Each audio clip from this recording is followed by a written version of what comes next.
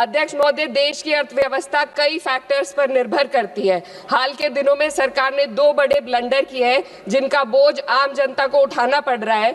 एक हमारी यूएस के साथ जो ट्रेड डील है और दूसरा विदेश नीति में अमेरिका के सामने जो हमारा आत्मसमर्पण है। खाड़ी क्षेत्र में कभी भारत का रुख स्वतंत्र और संतुलित था, लेकिन आज हमें दूसरों के संघर्ष में उलझकर नुकसान उठाना पड़ रहा है।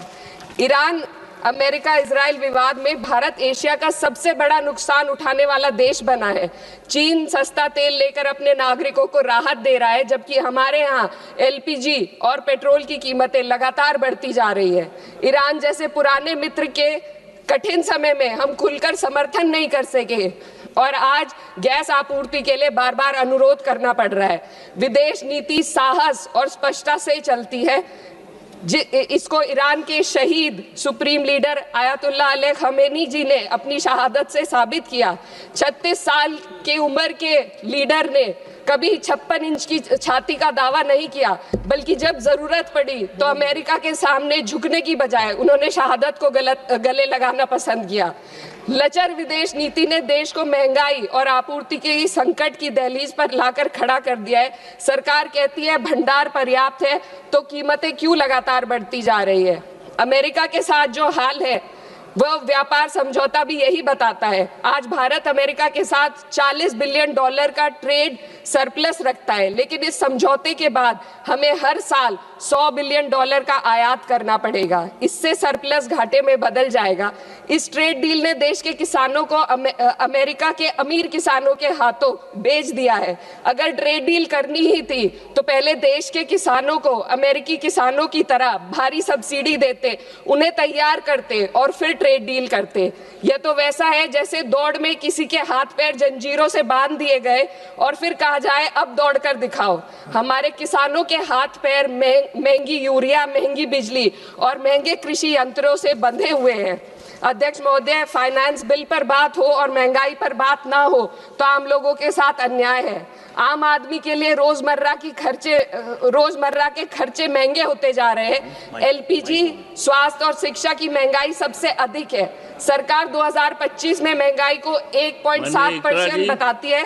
सर 2 मिनट बस कंक्लूड कर रहे हैं। लेकिन मेडिकल महंगाई 14% है, ये एशिया में सबसे ज्यादा है और शिक्षा की महंगाई 12% तक पहुंच गई है। कई परिवार अपनी आय का आधे से ज्यादा हिस्सा सिर्फ एक बच्चे को पढ़ाने के लिए या उसकी विवाह करने के लिए खर्च करने पर मजबूर है।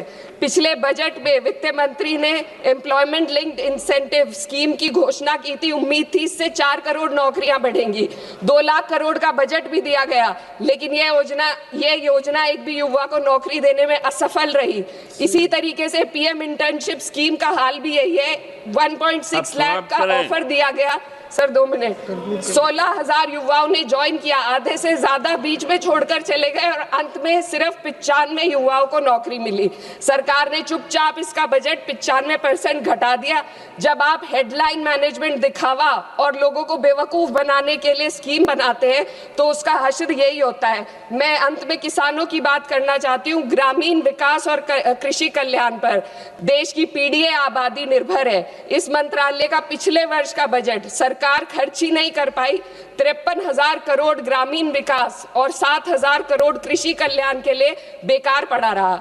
गांव, किसान और मजदूर मदद की उम्मीद कर रहे थे, लेकिन सरकार हाथ पैर बांधे बैठी रही। अध्यक्ष महोदय, इसलिए मैं इस सदन से मांग करती हूं कि इस वित्त विधेयक को खारिज किया जाए। 2019 की कॉर्पोरेट टैक्स कटौती को वापस लिया जाए। सामाजिक क्षेत्र पर खर्च को कम से कम जीडीपी का 6 से 8% तक बढ़ाया जाए। हर पूंजीगत खर्च को रोजगार सृजन से जोड़ा जाए और वास्तविक एमएसपी का ग्रामीण सुरक्षा सुनिश्चित की जाए। इससे कम कुछ भी 140 करोड़ भारतीयों के साथ धोखा होगा जिन्होंने हमें चुना है। महोदय, ये जनता सब देख रही है। इस सदन को तय करना होगा कि हम कॉर्पोरेट कल्याण के हक में काम करेंगे या जनता के कल्याण में। मैं इस विधेयक का विरोध करती हूँ। बहुत बहुत शुक्रिया। धन्यवाद।